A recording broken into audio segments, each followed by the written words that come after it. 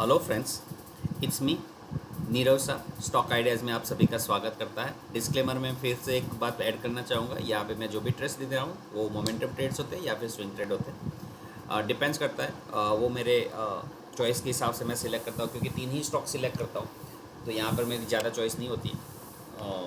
3 या 4 stock maximum होते हैं। तो please do consult with your financial experts and then take your decision. Nifty के बारे में फटाफट देख लेते हैं। निफ्टी का जो आज का मूव था वो बहुत परफेक्ट मूव था। यहाँ पे लो को मेंटेन किया ही नहीं, क्योंकि आप देखो 15 मिनट के कैंडल में क्या हुआ। आज की कैंडल थी ये, मैंने सॉरी ये 21 की कैंडल है। आज का लो जो बनाया है वो इनिशियल 16,523 पे खुला और 83 को 90 को ब्रिज करके 83 का लो बनाया, और फिर इमीडिएटली उसने क्लोज 515 मतलब 16,500 पे उसने मेंटेन किया। और आज पूरा दिन ऊपर की साइड रहा, फिर थोड़ा डाउन लुक होकर लास्ट मोमेंट पे जो मेरा एक्सपेक्टेशन था लास्ट हाई को क्रॉस करना, वो क्रॉस कर दिया डेली कैंडल में। और आज का मूव जो अबव हाई है, तो कल का हाई था 588 और आज का क्लोज है 605। So it's a good sign for the bullish part जो मैं एक्सपेक्टेड किया था। तो यहाँ पे वो एक गैप बना, दूसरा गैप बना, तो बैक टू बैक तीसरा गैप बनने की गुंजाइश है।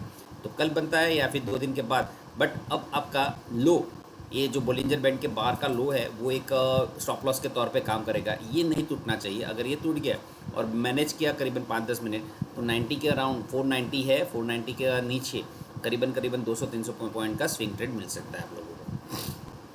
जो लाइन बना के रखी थी 1 लाइन एंड सेकंड लाइन, वहाँ पे 300 का जो मेरा एक्सपेक्टेशन है, वहाँ तक 300 तक आ सकता है। ये करीबन 160 150 का एक लेवल दिखा रहा है मेरे कर्सर पॉइंट पे, तो वहाँ तक आने के चांसेस है। RSI बहुत अच्छा आ रहा है, 70 को क्रॉस करने जा रहा है। अभी आज का जो पॉइंट है वो 66.95 है, और MACD भी पॉजिटिव हो चुकी है और जीरो लाइन के ऊपर है, तो एक अच्छा मूव आ सकता है। फर्स्ट स्टॉक है दीपक नाइट्राइट।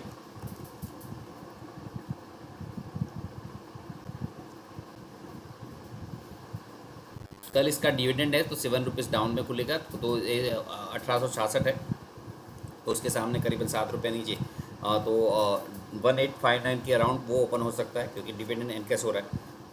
बट फ्यूचर वैल्यू या फिर आप ट्रेड कर रहे हो कैश सेगमेंट में, तो आपका ओवरऑल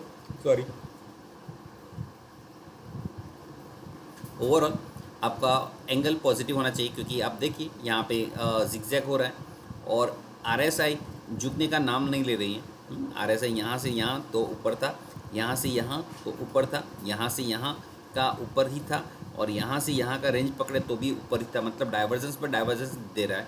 यहाँ पर भी एक अच्छा स्ट्रॉन्ग मूव बना है, तो आने वाले दिनों में करीबन 2000 का भी मूव दिखा दे तो सरप्राइज़ नहीं होगा।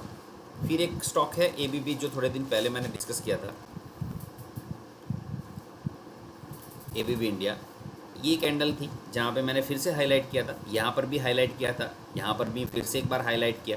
तो आज का मूव बहुत अच्छा था। तो जिस किसी ने भी ट्रैक किया या फिर जिस किसी ने भी देखा है, उनको पता होगा कि वन साइडेड मूव था।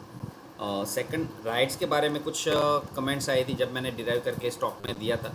ये कैंडल थी, और इस कैंडल के बाद बाइंग अपॉर्चुनिटी मिली, क्योंकि यहाँ पे कुछ म्यूचुअल फंड वालों ने कुछ स्टॉक सोल्ड किया था, सेल किया था।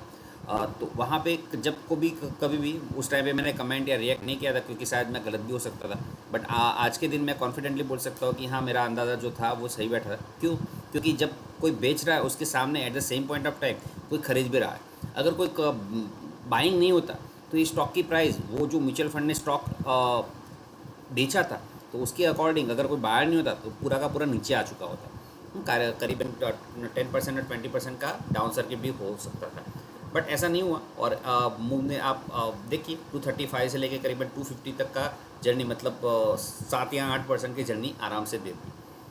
देन दीपक फर्टिलाइज़र के बाद ABB और कोरोमंडल।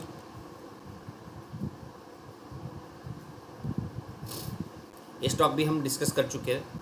या आई सपोज 964 था, यस 964 ये इसका क्लोजिंग है। और यहाँ पे आइडेंटिफाई करके आप देखिए बैक टू बैक करीबन कुछ ही सेशंस में 1045 का उसने हाई लगा दिया, और आज का क्लोज है 1034, और फिर भी ये बहुत अच्छा अच्छे कदार पे खड़ा है। RSI अभी भी 60 के नीचे ही है। आगे अर्निंग्स पड़े, डिविडेंड एनकैश हो चुका है, सब कुछ सही सही जा रहा है। देख लीजिए आप अपने हिसाब से किस तरह से आप ट्रेड कर सकते हो। जो स्विंग ट्रेड के तौर पे निकाला है वो ग्लैंड फार्मा है। आज बहुत अच्छा मूव था, डाउन में खुला बट मैनेज किया है, तो ये एक हैमर बना है। Hammer at the down side earning के हिसाब से जो भी हुआ वो नेगेटिविटी दिखा होगा या फिर लॉस होगा। तो जो ज़्यादातर पब्लिक होती है, जो ज़्यादातर पब्लिक ये सोच के प्रॉफिट पार्ट क्या होगा नहीं पता, अर्निंग पार्ट अगर रिफ़र करोगे देख लेते हैं। स्टैंडर्डाइज 13.92 मगर कंपेयर नहीं कर सकते 15 point, okay revenue 9 point, but जो कंपेयर करोगे तब पता चलेगा। बट स्टोरी इज़ वॉट, जो बड़े प्लेयर्स हैं उनको ये कहानी पसंद आई क्योंकि डाउन ट्रेंड में है, पूरा का पूरा माहौल जो भी है डाउन ट्रेंड है। कब से करीबन डाउन ट्रेंड, काफ़ी टाइम से डाउन ट्रेंड से, और अर्निंग्स जितने भी आ रहे हैं वो नीचे ही खींच रहा है। यहाँ पर भी ऐसा ही हुआ, बट जब तक आपका एक स्ट्रॉन्ग कैंडल नहीं बनता, यहाँ पे जब जब बना है तब तब एक स्विंग ट्रेंड दिया है। ये भी अर्निंग था, यहाँ पर भी अर्निंग मिला मगर वो डाउन ट्रेंड में था। बट अब के अर्निंग्स में जो भी एक्टिविटी हुई है विथ वॉल्यूम हुई है, तो ये एक रिवर्सल पॉइंट हो सकता है। तो देखते हैं आने वाले दिनों में ये जो करीबन 27 और 28 टच करता है कि नहीं करता है वो देखते हैं। बट कंडीशन इज व्हाट, ये लेवल मैनेज होना चाहिए 2290। फिर बजाज फिनसर्व वो 1 जुलाई को आइडेंटिफाई किया था, डेली है, यस ये पार्ट है, ये 1 जुलाई होगा, यस 1 जुलाई है। तब जब आइडेंटिफाई किया था तब 11322 था, आज का क्लोज है 12710, तो करीबन 1400 से 1500 रुपया ऊपर है जो रेट आइडेंटिफाई किया था। तो 10% आराम से कंसिडर कर सकते हो, और अभी भी ये स्ट्रॉन्ग मूव में ही खड़ा है और आगे अर्निंग्स भी खड़े हैं। तो ये लेवल 12,000 का बेस अगर मान के चल रहे हो, 12,000 यहाँ पे मान के चल रहे हो, और अपर साइड आपका खुला है, करीबन 700 रुपीज़ का आपका रिस्क है, और आगे करीबन कहानी 14,000 15,000 की यहाँ तक तो आराम से। पहला लेवल ये हो गया 13,300 या 400, और फिर दूसरा लेवल करीबन 14,500 जितना दिख रहा है। So these are the stocks which are derived you people. Thanks for watching, thanks for connecting, bye bye.